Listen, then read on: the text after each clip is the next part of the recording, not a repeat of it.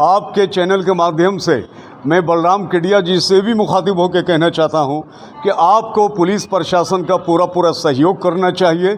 यहाँ पर आपने कटौती की है, डंडी मारी है, ऐसा नहीं होना चाहिए। बेटा आपका गया है, लेकिन बेटा पूरे भागलपुर का बेटा था। हम लोगों का भी कलेजा रोया है, आंखों से आंसू निकला है। तो आपको भी बलराम जी कम से कम जो सच्चाई थी पुलिस प्रशासन को पहले बता देनी चाहिए थी। सर, एक बात तो स्पष्ट हो गए है कि रौनक केडिया की जो हत्या हुई है वो पैसे के लेन देन की वजह से हुई है। तो क्या आपको नहीं लगता है कि रौनक केडिया के पिता जो बलराम केडिया है उनको पुलिस की सहयोग बहुत पहले सहयोग करना चाहिए था? बेशक आपने बहुत बुनियादी चीज़ पर आपने जो है उंगली रखी है, बिल्कुल सही कहा आपने।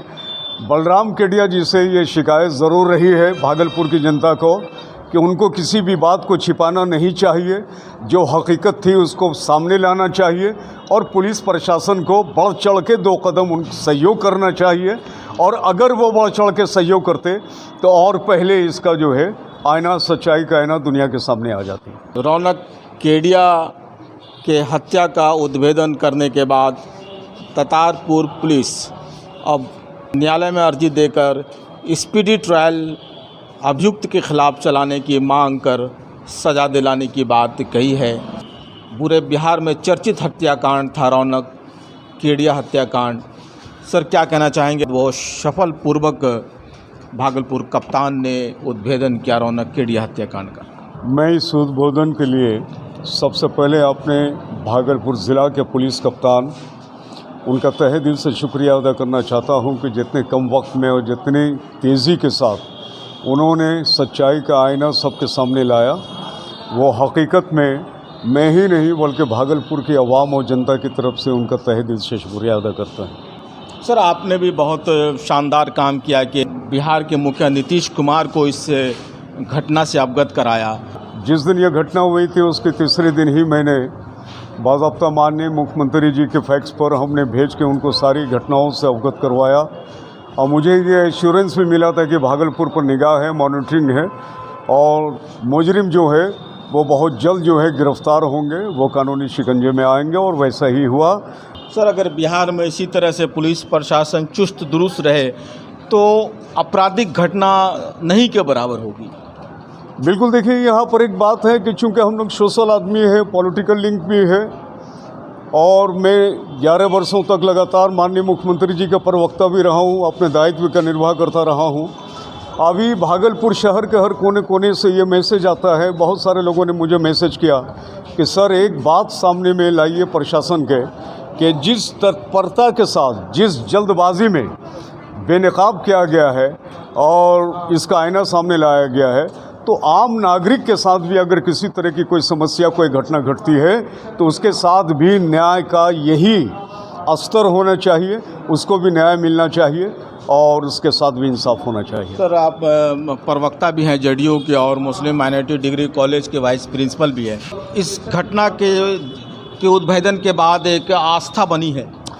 बिल्कुल आस्था बनी है, पुलिस प्रशासन पर पूरा इत्मीनान, पूरा भरोसा जागा है और ख़ास करके आपके चैनल पर मैंने इस बात आपके द्वारा, आपके चैनल के द्वारा ये बात हमने बताई है कि भागलपुर की जनता की उम्मीद, जो सिसकती हुई उम्मीद, दम तोड़ती हुई जो उम्मीद थी, फिर से पुनर्जीवित हुई है, फिर से ज़िंदा हुई है। अब पुलिस प्रशासन पर और पुलिस के कार्य प्रणाली पर एक भरोसा जागा है, एक उम्मीद की किरण दिखाई पड़ी है और ये सिलसिला आगे भी रहना चाहिए। ये पहले ही पुलिस को सारी जानकारी दे देनी चाहिए ताकि जांच जो हो रही थी वो जल्दी सुलझ जाती। बिल्कुल, अगर पहले सारी जानकारी वो पुलिस प्रशासन को दे देते तो उस बहुत पहले ही जो है ये इसकी जो पूरी घटना की जो सच्चाई थी वो दुनिया के सामने आती, लोगों के सामने आती और उनसे ये शिकायत है ज़रूर रहेगी भागलपुर की जनता को, मुझे ही नहीं। ये देखने को मिल रहा है हाल फिलहाल के करप्शन का ग्राफ और लूट, हत्या, डकैती तेज़ी से बढ़ रहा है। सर, बहुत तेज़ी से हो रहा है। देखिए, कुछ तो मजबूरियाँ रही होंगी, यो कोई बेवफा नहीं होता।